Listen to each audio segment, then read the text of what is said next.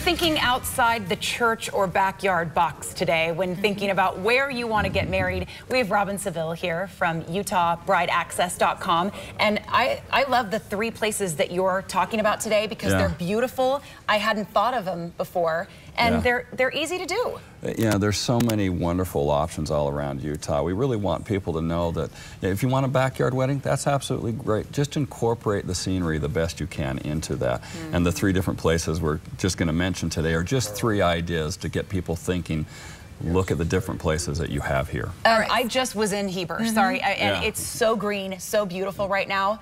And Zermatt is a gorgeous resort. It absolutely is. The backdrop of the Heber Valley with Timpanogos in the background is absolutely breathtaking. But having a wedding at Zermatt, they have the great facilities. They can accommodate many people or a small amount of people. They have an incredible a merry-go-round that's there, and animals on the property, and the spa there, and the swimming pool. I mean, you could just go on and on. It's just another amazing option here in Utah. So we're looking at pictures right here. Yeah, so this is the merry-go-round. Yeah, those are fun pictures to take for your wedding. Yeah, and Aaron Despain took these pictures and provided them to us. But look at that. It's just it's so warm-filling, and the building, the architecture, really feels like you're not in the States, you're back in Europe.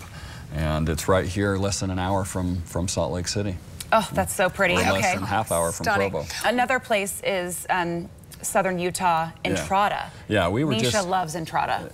Yeah, I can understand why she loves Entrada. We were just down there. We featured a wedding recently, and some of the wedding professionals down there.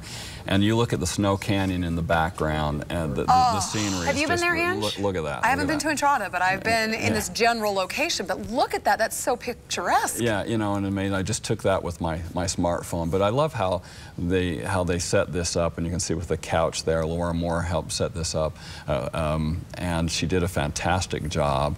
And look at the linens on those tables. But again, you see the background of that, and the red rock incorporating the scenery and the green of the golf course on there. Just another fabulous option right here in Utah. And chances of weather being good too down there. And then Moab, another great place. Yeah, again, the scenery, incorporate the scenery, bring in the elements. You look at that, you have the green right there, and Zuma Photo provided that, and look at the water in the background. And where in Moab is that? You know, I'm not exactly sure the exact spot, but look at that picture. How cool. Yeah, you know, a good photographer is able to put the couple in the right spot, right place with the sun the way that is. And without too much hiking in the bridal gown. Good idea. So, you need tennis shoes underneath your wedding gown. Yeah, so when you see these, again, it's the focus of, you see the couple in this image right there, but you see the cliffs in the background and the red and the green of the plants there.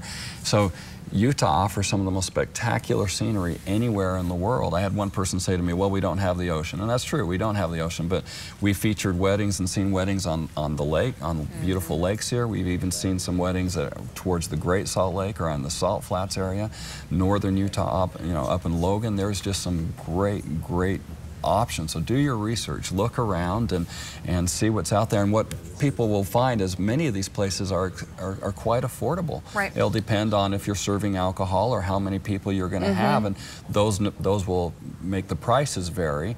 But at least check into it. Check into what a wedding at these different places might cost. You might be surprised at how affordable it can be. Use the Utah landscaping. Use the Utah landscape. And just going to get married again. Yeah. One of these days, we're going to get her married again. Hopefully she'll let us feature it. If she's planning, for sure. I know. If she's planning a wedding, what 4 things could she forget that you don't want her to forget? You know, there's actually a lot more than 4, but we wrote down 4 today. Okay, and I wrote down here, make sure to get your marriage license. And when you go in, it's got to be both of you that goes to get that license. You can't go in just singly.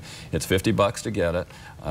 Sherry Swenson, who's the county clerk, she told us once that she's had calls at 2 o'clock in the morning. We forgot our license. And she's so fantastic. She's actually met people and got it taken care of. Yeah. So, but the second thing you also don't forget is if there was a significant other in your life at one point, if you were married before or a boyfriend or girlfriend, and you're inviting that person to your wedding, make sure that the family and friends know. Don't surprise anybody. We've seen some scary things happen with that. How come I wasn't invited to my ex-husband's wedding? That's so weird. Don't know. It happens though. People do get invited. And they do. And so you do need to make everybody aware of that. That's a really great point. Don't forget the rings. and remember who has them or where they're at. There's been times where the wedding's taking place and you have no idea. You're like, where are the rings? Who's in charge? I thought the ring bearer had it. Well, the ring bearer was never given it. Just make sure where those rings are, and also make sure to thank your guests. Both verbally and written? Yeah, preferably, you know. And another thing we didn't add, but I think is valuable, is if there's going to be alcohol served at the wedding, if you're going to be doing toasting, don't drink too much before the toast starts. Good idea, because you sound like an idiot. You can sound crazy like an idiot, and some embarrassing things have been said, and we've seen that. So keep those points in mind. That is a great idea. Yeah. Robert Maxwell, our main anchor, just got married to a good friend of mine, Kristen, and they gave the most beautiful toasts. So it was perfect. So good advice there. No stumbling through it. No downing the champagne before you do that. You can watch Bride Access Sunday morning on ABC4 at 9:30 a.m. and you can go to brideaccess.com for wedding tips, places you think you want to go get married. Check it all out. They have everything for you. Robin, thank you. Thank you. It's great to be with you again. All right. Thanks, Robin. Hey, what are the 6 things you should never text, including your marriage toast? We're going to talk about those next.